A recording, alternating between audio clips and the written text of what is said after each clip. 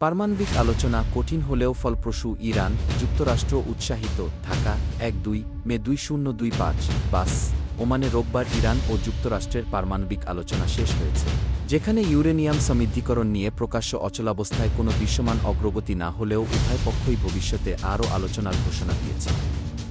Muscat থেকে FP জানায়, প্রায় এক মাস আগে শুরু হওয়া এ আলোচনার এটি ছিল চতুর্থ রাউন্ড, যা ২০১৮ সালে তৎকালীন মার্কিন প্রেসিডেন্ট ডোনাল্ড ট্রাম্পের সময় যুক্তরাষ্ট্র ঐতিহাসিক চুক্তি থেকে সরে যাওয়ার পর দুই দেশের মধ্যে সর্বোচ্চ পর্যায়ের সংলাপ হিসেবে বিবেচিত। আগের ৩ দফায় অগ্রগতির কথা জানিয়েছিল উভয় পক্ষ। রোববার ইরান বলেছে, আলোচনাটি ছিল কঠিন কিন্তু ফলপ্রসূ। অন্যদিকে একজন জ্যেষ্ঠ মার্কিন কর্মকর্তা বলেন, ওয়াশিংটন আজকের ফলাফলে উৎসাহিত। এক্সে সাবেক টুইটার দেওয়া পোস্টে ইরানের পররাষ্ট্র মন্ত্রণালয়ের মুখপাত্র ইসমাইল বাকাই বলেন, আলোচনাটি একে অপরের অবস্থান বোঝার ও বাস্তবসম্মত সমাধান খোঁজার জন্য সহায়ক হয়েছে। বাকাই আরও বলেন, আলোচকরা যুক্তরাষ্ট্রের নিষেধাজ্ঞা প্রত্যাহারের দাবি করেন। মার্কিন ওই কর্মকর্তা নাম প্রকাশ না করার শর্তে বলেন, আজকের আলোচনার ফলে আমরা উৎসাহ পেয়েছি এবং শিগগিরই পরবর্তী বৈঠকের অপেক্ষায় রয়েছি, যদিও সুনির্দিষ্ট সময় জানানো হয়। ওমান জানিয়েছে, পরবর্তী দফা বৈঠক দুই পক্ষ নিজ নিজ নেতৃত্বের সঙ্গে আলোচনা করে সমন্বয় করে ঘোষণা দেবে। মার্কিন কর্মকর্তার মতে, রোববারের বৈঠক ছিল সরাসরি ও পরোক্ষ উভয় ধরনের, যা ৩ ঘণ্টারও বেশি স্থায়ী হয়। তিনি বলেন, চলমান কারিগরি বিষয়গুলো নিয়ে কাজ চালিয়ে যাওয়ার বিষয়ে সম্মত হওয়া গেছে। ইরান বলছে, ইউরেনিয়াম সমৃদ্ধিকরণের অধিকার অপরিবর্তনীয়। অন্যদিকে ওয়াশিংটনের প্রধান আলোচক স্টিভ উইটকফ একে যুক্তরাষ্ট্রের রেড লাইন হিসেবে উল্লেখ করেছেন। আলোচনার পর ইরানের প্রধান আলোচক পররাষ্ট্রমন্ত্রী আব্বাস আরাকচি বলেন, ইউরেনিয়াম সমৃদ্ধিকরণ চালু থাকবে এবং এ বিষয়ে কোনো আপোসের সুযোগ নেই। তবে তিনি ইরানি টেলিভিশনে বলেন, বিশ্বাস গড়ার লক্ষ্যে সমৃদ্ধিকরণের হার কমানো নিয়ে আমরা নমনীয়তা দেখাতে পারি। চাপ এই আলোচনার মধ্যেই অঞ্চল জুড়ে কূটনৈতিক তৎপরতা চলছে। আগামী সপ্তাহে প্রেসিডেন্ট ট্রাম্প তার প্রথম বিদেশ সফরে উপসাগরীয় দেশগুলোতে যাবেন, আর আরাকচি এর আগেই সৌদি আরব ও কাতার সফর শেষ করেছেন।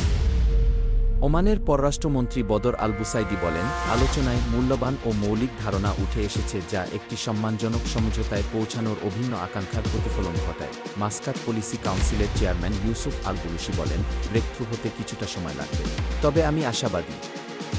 তবে তিনি সতর্ক করে বলেন, অতীতের আলোচনাগুলোতে উভয় পক্ষ প্রকাশ্য বিবৃতি পরিষ্কার করতে গিয়েই অনেক সময় নষ্ট করেছে, যা আলোচনার পরিবেশকে ক্ষতিগ্রস্ত করছে। তিনি বলেন, প্রকাশ্য চাপ একটি কৌশল হতে পারে, তবে এটি টেবিলের পরিবেশে প্রভাব ফেলছে।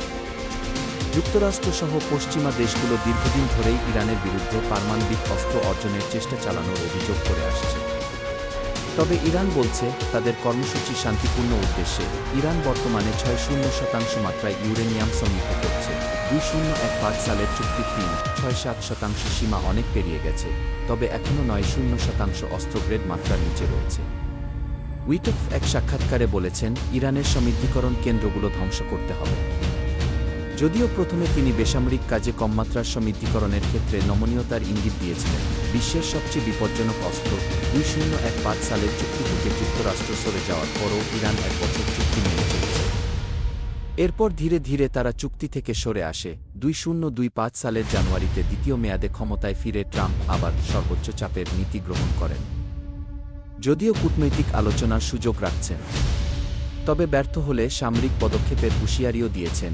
ইরানের ইউরেনিয়াম মজুদ ও সমৃদ্ধিকরণের গতি নিয়ে নতুন করে উদ্বেগ তৈরি হয়েছে। ইউরোপীয় দেশগুলো চুক্তির স্ন্যাপব্যাক প্রক্রিয়া চালু করে জাতিসংঘের নিষেধাজ্ঞা পুনর্বহাল করার বিষয়টি বিবেচনা করছে। এ প্রক্রিয়ার মেয়াদ অক্টোবরে শেষ হবে। ফরাসি সাপ্তাহিক লা পয়েন্টে প্রকাশিত এক নিবন্ধে আরাকচি বলেন, সংঘাতের কৌশল থেকে বিরত থাকতে হবে। তেহরানের সঙ্গে যুক্তরাষ্ট্রের এই আলোচনার বিরোধিতা করে ইসরায়েল বলছে, ইরানকে পারমাণবিক অস্ত্র অর্জন করতে দেওয়া যাবে না। ইসরায়েলের পররাষ্ট্রমন্ত্রী গিদেওন সার বলেন, ইরান বিশ্বের সবচেয়ে বিপজ্জনক রাষ্ট্র। এই শাসন ব্যবস্থার হাতে বিশ্বের সবচেয়ে বিপজ্জনক অস্ত্র দেওয়া যাবে না।